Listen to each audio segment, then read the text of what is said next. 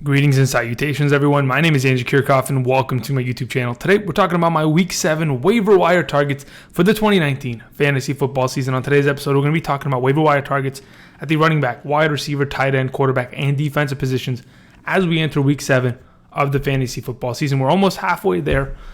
Typically 13 weeks until playoffs, and then we see what real teams are made of. But until then, we're talking about waiver wire pickups. Before we get into that today, let me remind all of you, if you haven't yet already, click that subscribe button, join the community. Also, click the bell notification button to stay up to date and get the latest notification on my content coming out. Also, click the like button on today's video. Thank you very much. All right, hey guys, how's it going? Okay, so really quickly, before we begin, we're talking about news like we usually do, but number one, so that we're all established on the same plane, the Panthers, the Buccaneers, the Browns, and the Steelers are all on bye week this week in Week 7. And this video is being recorded way earlier than the Monday night game. Monday night game is so many hours away, so if there's any players from that game that end up being waiver wire pickups, we will talk about it on tomorrow's episode, talking about the running backs. So before we get into that, a couple pieces of information. Will Disley tore his Achilles, probably out for the season, and most likely you don't tear your Achilles and continue to play. Amari Cooper yesterday sustained an injury to his quad, had to leave the game early in the first quarter. Emmanuel Sanders sustained an injury, had to leave early in the game. Other than that, in terms of other players getting injured, I know the first-round pick for the Texans, I think he was carted off the game against the Kansas City Chiefs. That's pretty notable considering you always want to keep Deshaun Watson healthy. But other than that, not really too many other injuries that came to mind. Oh, also, Sterling Shepard, really quickly, so that we're all on the same page, because we're going to talk about Golden Tate a little bit later in today's video. Sterling Shepard has sustained 2 concussions in like a month's span of time, right? When that happens to a player, the National Football League and the medical staff of said team are going to take it extremely seriously, and they're not going to let Sterling Shepard play for a good amount of time, which kind of increases the value of Golden Tate going forward. Just so we're all on the same page, that is why Sterling Shepard is going to be missing the next couple weeks, so everybody's on the same page. All right, let's go ahead and let's talk about some waiver wire targets, shall we? I got to adjust my camera really quickly. Move myself like right there. Aha, there we go. Okay, so like I was saying, waiver wire target at the running back position for Week 7 of the fantasy football season. Yes, there are not too many names probably available in your leagues, and to be honest, at this point, there are only a couple key pickups every week, but I wanted to mention a couple eligible potential players that you could pick up in your deeper leagues if they are still available. Okay, starting off with number 1, Devin Singletary of the Buffalo Bills. Now, like I mentioned in the Hidden Gems video last Friday, every Buffalo Bill from here on out has an immense amount of value considering their strength of schedule going forward. I mean, they get to play against the Miami Dolphins twice in the next 5 weeks. They have an extremely easy slate coming up off of this bye week, and I think a guy like Devin Singletary, rookie running back, is going to come back from that hamstring injury and potentially take the starting job from a guy like Frank Gore, or eventually take the job from him. I think a guy like this, I mentioned him in the last couple weeks, his availability, if he's not already picked up, you can consider investing in him going forward. Number 2, Darrell Henderson of the Los Angeles Rams. Now, we know Malcolm Brown is the starting running back if, in fact, Todd Gurley continues to miss. But something that we want to pay attention to, the next 2 games against the Falcons and against the Cincinnati Bengals, the Rams have extremely easy matchups in terms of running the ball. Those 2 teams are not great against stopping the run. So if, in fact, Gurley is to miss time, Darrell Henderson looked a lot better than Malcolm Brown did. Sure, that defense for the 49ers, stout, did not allow anything on the ground, but in his few snaps, still looked good overall. So Darrell Henderson, not a bad pickup if you're in a deeper league and you want to try to invest and see if you can get a piece of that backfield if, in fact, Gurley is going to miss some significant time due to that knee or that thigh, was it quad contusion? Something like that. Yeah, all right, moving on. Number 3, Benny Snell Jr. Senior. So like I mentioned last week, during the week, Jalen Samuels had a knee surgery, got his knee scoped. He's going to be out for probably 3 to 4 weeks. He will return, but until then, Benny Snell, he goes on bye week now. But in the following week, in Week 8, just want to bring it to everyone's attention. The guy is getting a good amount of touches. They do like to use 2 running backs in this rotation. James Conner has not been healthy all season long. He's been, nagging with some injuries. He got hit pretty hard yesterday and left the game for, a pretty good amount of time, a couple of drives here and there. Benny Snell was able to come in and get some production. So for those of you who are interested, there's another suggestion. Going on to number 4, Darrel Williams. Yes, Darrel Williams of the Kansas City Chiefs. So really quickly, this past week, the Kansas City Chiefs did not produce, and their backfield seemed to be a running back by committee in my eyes. So what they were able to do, they ran the ball 10 times through running backs, 8 to LaShawn McCoy, 1 to Darrel Williams, and 1 to Damian Williams. So the way it looks is LaShawn McCoy is probably going to be the lead back of this team going forward. But what we did see was Darrel Williams was getting almost identical amount of work as Damian Williams. There could be a potential that Damian Williams perhaps is injured and they're not telling us, or perhaps that he has lost favor within that coaching staff and Andy Reid wants to move on and give other guys opportunities like Darrel Williams. So if in fact that is the case and Damian Williams has lost favor in the eyes of the coaching staff, then Darrel Williams, not a bad pickup if he's going to be the RB2 of this team going forward. Was able to make some plays himself, but only time will tell. Obviously, we all want a piece of this Kansas City backfield or, the offense for the Kansas City Chiefs. Yes, they have not been very productive. Sure, Tyreek Hill was fantastic. But going forward, if this is an RBBC, it's not looking good. But either way, Darrel Williams an option. Number 5, Mark Walton of the Dolphins. Mark Walton pretty much had a lot of hype going in his direction all week long, saying that he was going to get more touches than Kalen Ballage going forward. Now, there's 3 running backs back there. They have Kenyon Drake, they have Kalen Ballage, and they have Mark Walton. Mark Walton was rookie last season, played for the Cincinnati Bengals, didn't get much work behind Mixon and Giovanni Bernard, but he's found himself in Miami in an offense that will take anybody that can produce. As of right now, if in fact you are desperate enough, I don't even think he's a pickup. But if you're in one of those 18, 20-man leagues, because I know they're out there, not a bad guy, had himself a good amount of touches. Sure, Kalen Ballage did steal the goal line touchdown on 3 carries, but Mark Walton still got a lot of work comparatively. All right, moving on to number 6, Ajayi. Yep, that's how thin we've gotten. We're talking about a guy that's literally not on a team, but could potentially make a roster in the coming weeks. The information was released last week that he would be working out for teams this week. So going forward, if in fact Ajayi is going to be signed by a contender or a team that is potentially looking for a running back fill-in, not a bad option.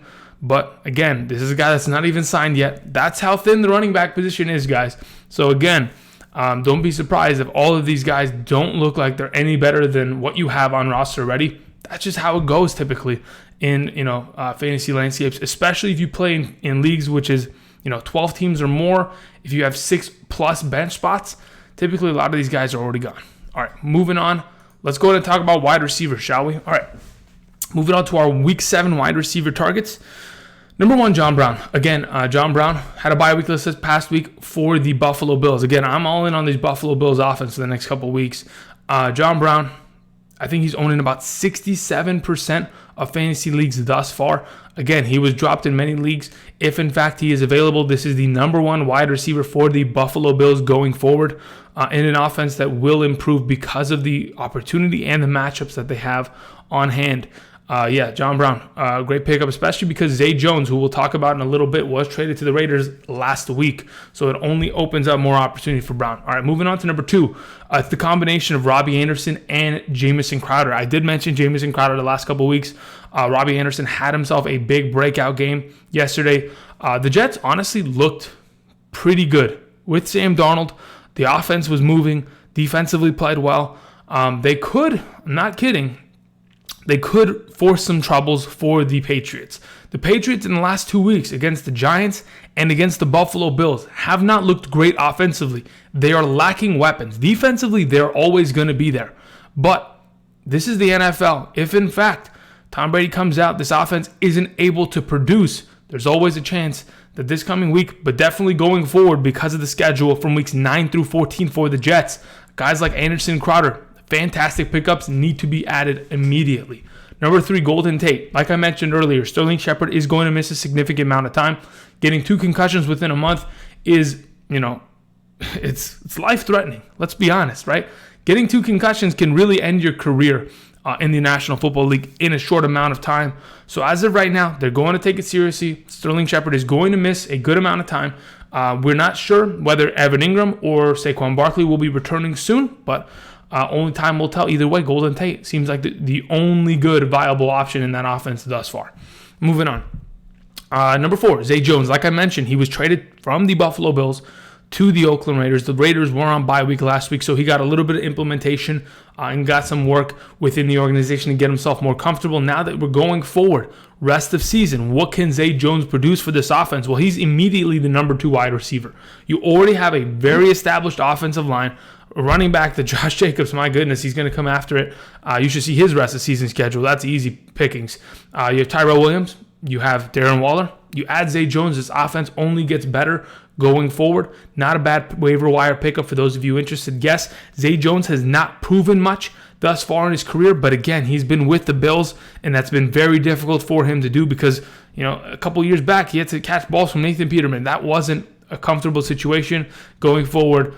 Again, not a bad option. Moving on to number 5, Tavon Austin. Because of the fact that there is a good opportunity that Amari Cooper does miss this week's game because of that quad injury he sustained against the New York Jets. The question is Randall Cobb going to be healthy this coming week? We don't know. He was out with an injury. There's a potential he doesn't come back. We still know that the left and right tackle for the Cowboys are, probably out for the next coming weeks.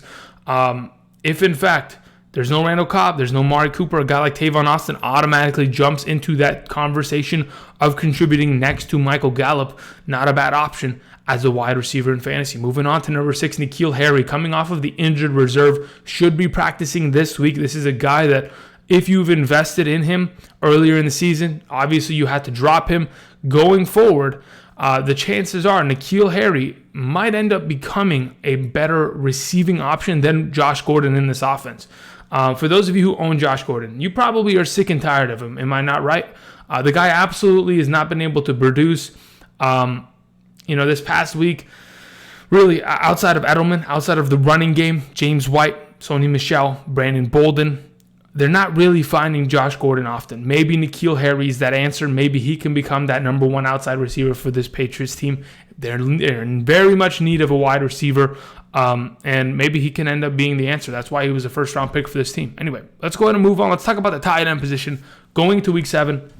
All right, again, Hunter Henry shouldn't be available, but if he is, then so be it. Last week, we mentioned Hunter Henry, and I told you guys there was a good potential that he could come back and play. And he ended up doing so, had a 26-point game in half PPR, 2 touchdowns. That is exactly what fantasy owners drafted Hunter Henry to do. We know what he's capable of, especially in this offense that is in much need, dire need, of any sort of offensive help. The running backs yesterday completely disappeared. Keenan Allen pretty much was a ghost. And Mike Williams and Hunter Henry, the only viable options. Hunter Henry obviously being a big threat in the red zone. Again, if he's available, he needs to be snagged up, but there's no way in heck that he is. So anyway, let's go ahead and move on. Number 2, Darren Fells, the Texans tight end, who in the last couple weeks has been a great contributor for this offense, continuing to see a lot of snaps. Surprisingly enough, the Texans are using a lot of 2 tight end sets with Atkins and Fells, both of them very capable blocking tight ends, and then also have been getting a lot of work in the passing game in terms of targets, in terms of red zone usage. Darren Fells, pretty good producer, and I think going forward, because of the next coming games, especially against the Colts this week, could be a decent option if you are lacking the tight end position. Okay, moving on to number 3. The reason why you might be lacking a tight end, because guys like Will Disley tore his Achilles this past week. You know what's hilarious? It's not really hilarious. Actually, let me redact that statement. It's sad, but it's funny because I guess that's how life works. Shit happens, right? Last year, Will Disley came into the league, had a fantastic start, looked great. He looked like a ample replacement to a guy like Jimmy Graham, which they lost. And then all of a sudden, tears his ACL, gone. He comes back this year, looks fantastic, continues to put up great numbers. Non-contact injury, tears his Achilles, out for the season. So, Luke Willson, who is spelt with 2 L's, that is a mistake. Either way, you probably wouldn't have noticed. Luke Willson is he's the next tight end up. He's the next man up. Is he a better receiving tight end than Disley? Absolutely not. but they're going to have to make it work. I'm hoping, are you ready for this? I'm hoping, please, the Seattle Seahawks trade for O.J. Howard. If we could get that to happen, how incredible would that be? That makes this team move for just a contender in the NFC to potentially a team that can even win their division against the 49ers. Just saying. All right, moving on. Number 4, Eric Ebron, Jack Doyle, coming off of bye weeks. This coming week, they play against the Texans. Should be a higher scoring event. I do believe these tight ends are, used a pretty good amount in that offense. And if you're in need of a tight end due to, a potential bye week, again, bye weeks, I don't know how many of you are rostering and playing guys like O.J. Howard or Vance McDonald or Ricky Seals-Jones or the Panthers tight end Greg Olsen, but we'll see. Anyway, moving on, number 5, Ricky Seals-Jones. Like I wanted to mention, he has had a couple good weeks now. He's going to bye week, so you don't have to pick up him now, but just keep your eye out on Ricky Seals-Jones for the following coming weeks. Once they return, could be a pretty big option for this offense because he seems to be one of the guys that Baker continues to look to. All right, moving on to number 6, Ben Watson, coming out of, what is he? He had a suspension that held him out for a good amount of time because he was using PEDs. He's an older gentleman. Obviously, he's got to keep up with these guys, but he's going to be used in this Patriots offense. The question is how much. Are guys like Matt Lacoste and Izzo going to, just completely outwork him and keep their jobs? Or is he going to come contribute and be a decent receiving option? Only time will tell. But again, a name that I wanted to mention and remind you guys of. All right, let's move on. Let's talk about the quarterbacks for week 7. Josh Allen, number 1. Like I mentioned, I'm all in on these Buffalo Bills. They play against Miami this week. Easy pickings. Josh Allen should be good to go. He should be available. A lot of teams probably dropped him in your fantasy leagues. Therefore, you go pick him up. Moving on to number 2, Kirk Cousins, who has had back-to-back fantastic weeks himself, especially passing the ball.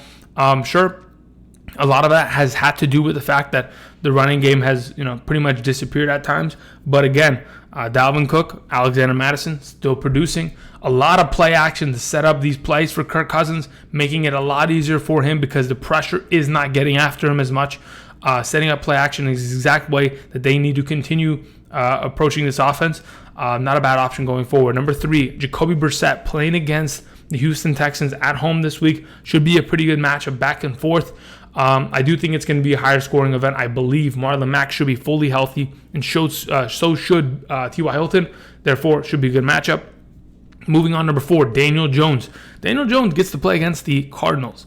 Against the Cardinals, the Cardinals have been giving up a lot of points to opposing quarterbacks. There is a potential that you could even see other guys like Jared Goff be dropped this week because of how bad he played. But again, the Falcons, not a bad matchup. Anyway, the last 2 I wanted to mention, Brees and Newton. Drew Brees should be coming back soon, and so should Cam Newton. Now, I think Cam Newton will return earlier, but their rest of season schedules, especially after week 9, so week 10 on, both of these teams, the Saints and the Panthers, they're both contenders. They're both going to compete to try to make the playoffs, and they're both going to probably end up winning some games. They play each other twice within, I think, a 4-week span. And then they also have a bunch of easy matchups against division rivals and easier defensive matchups. So those 2, if they are not already picked up and you're looking for someone to kind of carry you from week 10 on, not bad investments there. All right, let's go to move on. Let's talk about our last segment on the waiver wire video today. We're talking about defenses. That is correct. Again, we're talking about defensive pickups because, hey, the Buffalo Bills play the Miami Dolphins. That is correct. Sure. Josh Rosen came in, didn't look good. They brought in Ryan Fitzpatrick. He was able to string something together, almost win them a game. And then they finally remembered on the on the 5-yard line, trying to get a 2-point conversion. They finally remembered, hey, we're trying to get the first pick overall. We're trying to tank. So, Kenyon Drake did everybody a favor and dropped the pass on that little screen bubble thing. Either way, the Buffalo Bills against Miami, great option. Moving on. San Francisco 49ers, they get to play against the Redskins. Should be a great matchup for them. They're going to get after Case Keenum and probably just dominate this team all around, be a good defensive force, and have a pretty good presence in terms of fantasy. Moving on to number 3, the Jacksonville Jaguars get to play against the Bengals. Again, the Jacksonville Jaguars, even without Ramsey this past week, looked pretty decent. They didn't give much up to Kamara and or Latavius Murray. Michael Thomas couldn't get established. really the Saints kind of stole a victory and got out of Jacksonville as soon as they could. Either way, the Jacksonville Jaguars, I think, are going to be pretty decent against the Bengals going forward this week.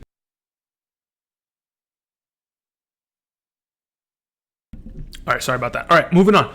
The New Orleans Saints. Speaking of the New Orleans Saints, this coming week, who do they play against? That's right, the Chicago Bears. If, in fact, the Chicago Bears offense does not have Mitchell Trubisky, even if they do, what we've begun to see is that the New Orleans Saints are they're beginning to transition into their elite defensive tendencies.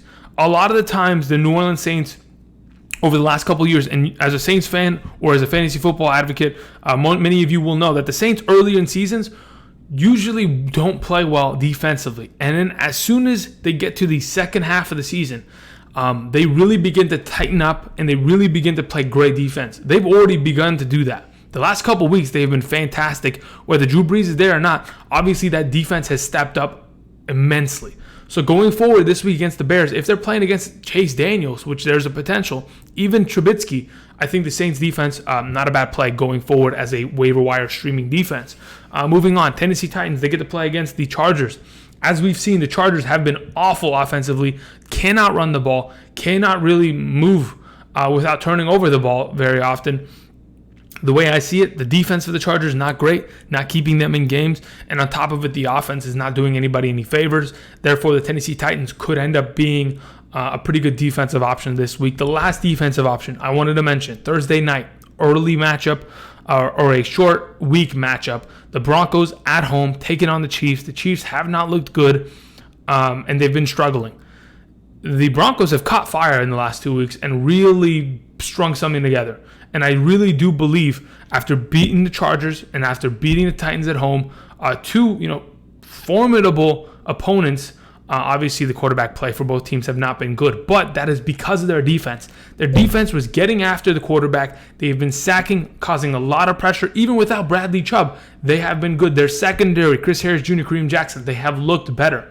This defense is beginning to look like a couple years back when they were an elite defense, but we're starting to get back there, right? And once we do that, this Broncos defense is going to be someplace that you don't really want to. Remember, it used to be the no-fly zone. It used to be you can't just throw the ball against the Broncos.